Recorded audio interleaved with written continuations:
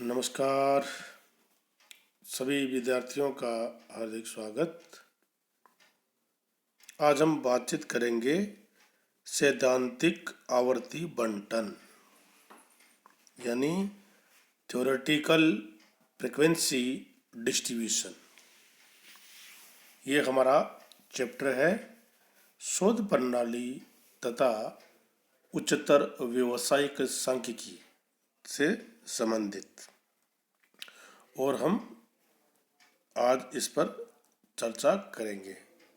Topic सैद्धांतिक आवर्ती बंटन बहुत ही महत्वपूर्ण टॉपिक है।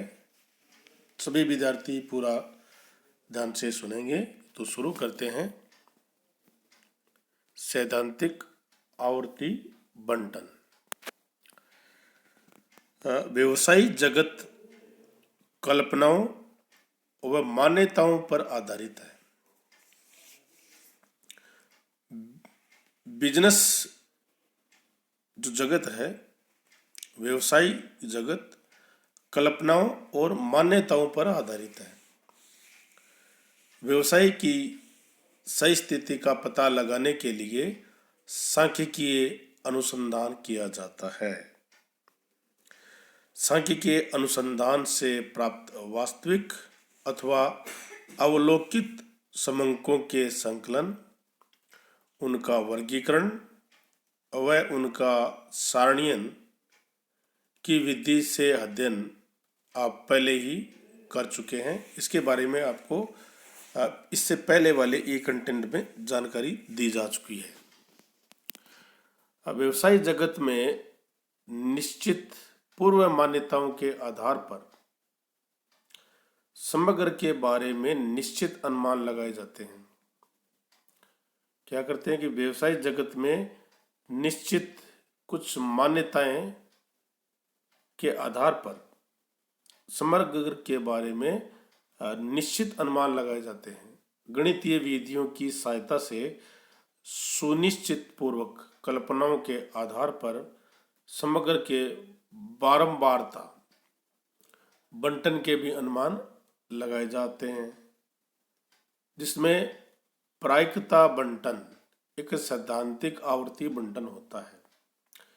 प्रायिकता प्रोबेबिलिटी, जब एक आवर्ती बंटन की आवृत्तियां वास्तविक अवलोकनों पर आधारित हो तो उसे अवलोकित आवर्ती बंटन कहते हैं। यह आप नोट कीजिए कि अवलोकित आवर्ती बंटन किसे कहते हैं कि प्रायिकता बंटन एक सैद्धांतिक आवर्ती बंटन होता है जब एक आवर्ती बंटन की आवृत्तियां वास्तविक अवलोकनों पर आधारित हो तो उसे अवलोकित आवर्ती बंटन कहते हैं। मेरिल एंड फॉक्स के अनुसार वे ऐसे मापदंडों का कार्य करते हैं जिससे अवलोकित वितरणों की तुलना की जा सकती है। मतलब वे ऐसे मापदंड का कार्य करते हैं जिससे अवलोकित वितरणों की तुलना की जा सकती है। वे ऐसी दशाओं में सत्यापन का कार्य करते हैं जहां वास्तविक वितरण प्राप्त करना काफी खर्चीला हो या जिसको प्राप्त नहीं किया जा सकता हो, उसका स्थान लेने का कार्य ये करते हैं। निर्णय लेने में निर्णायकों को वे तर्कपूर्ण आधार प्रस्तुत करते हैं। अगर हम बिजनेस के संबंध में कोई डिसीजन लेते हैं तो वो तर्कपूर्ण आधार हमारे सामने प्रस्तुत करते हैं जिनके आधार पर हम निर्णय ले सकते हैं, और सीमित सूचनाएं या सिद्धांत इन कारकों के आधार पर पूर्ववाणी करने में उपयोगी होते हैं। पूर्ववाणी मतलब पूर्वानुमान, पूर्वाभास करने में हम इसमें उपयोगी सिद्ध हो सकते हैं। सापेक्ष में अगर सैद्धांतिक वितरण सांख्यिकी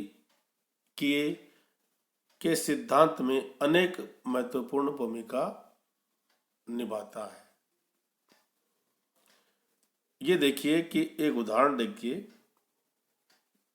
उदाहरण के लिए यदि दो सिक्कों को एक साथ 24 बार उछालने पर हेड्स यानी चित निम्न प्रकार से प्राप्त हो तो दो सिक्के लेंगे और दोनों सिक्कों को 24 बार उनको उछालेंगे तो उनमें हेड्स कितने होंगे, इसका हमने अवलोकन किया। ऑब्जर्व्ड फ्रीक्वेंसी डिस्ट्रीब्यूशन है, ये तालिका में आपको स्पष्ट दिखाई दे रहा है कि 0 हेड्स आने की अवलोकित आवृत्ति है 6, 1 हेड्स आने की आवृत्ति है 10 और दोनों हेड्स आने की आवृत्ति है आपकी 8 और टोटल कितने हो गए आपके 24। ये आपकी अवलोकित आवृत्ति बंटन है। 0 कितने आएंगे चित हेड्स, 1 कितने आएंगे और 2 कितने आएंगे, ये उन्होंने उछाला और ये काउंट किया।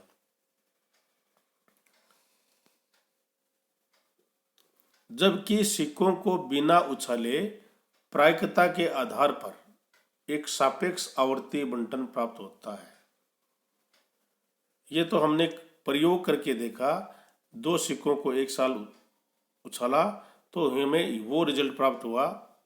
अब हम बात करते हैं प्रायिकता के आधार पर एक सापेक्ष आवर्ती बंटन प्राप्त होगा और सापेक्ष आवर्ती प्रायिकता की कुल आवृत्तियों से गुणा करके सैद्धांतिक आवर्ती बंटन प्राप्त होगा।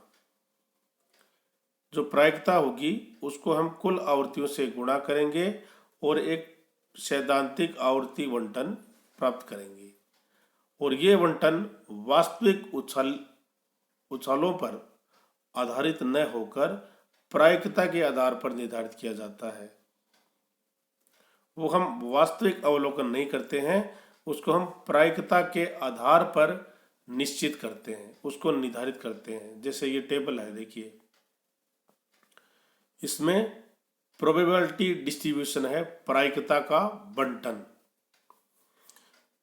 इसमें 3 कॉलम आपको दिखाई दे रहे हैं, यानी चित हेड्स आने की प्रायिकता क्या है और प्रोबेबिलिटी यानी P और रिलेवेंट फ्रीक्वेंसीज और थ्योरेटिकल फ्रीक्वेंसीज क्या होंगी, इसके बारे में हम इस टेबल में आपको बताएंगे कि 0 हेड्स आने की प्रायिकता यानी दोनों टेल्स आएंगे, हेड्स कितने आएंगे 0, तो इसका मीनिंग क्या हुआ कि दोनों टेल आएंगे, तो इसकी प्रायिकता कितनी है 1/4।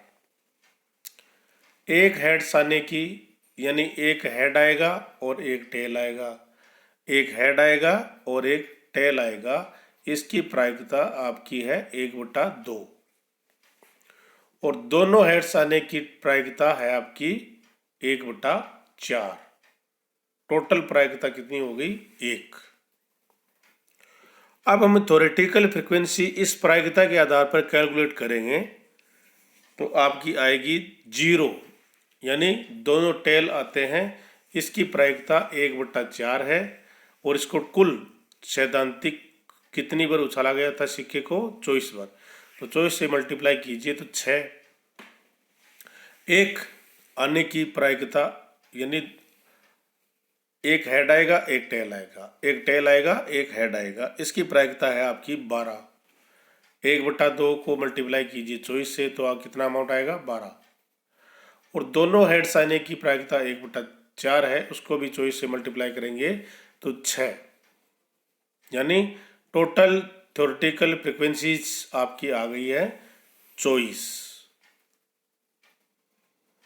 और उसी में हमने वास्तव में जब उछाला गया तब भी हमें फ्रीक्वेंसी प्राप्त कितनी हुई थी, 0 की आपको प्राप्त हुई थी 6, 1 की प्राप्त हुई थी 10 और 2 की प्राप्त हुई थी 8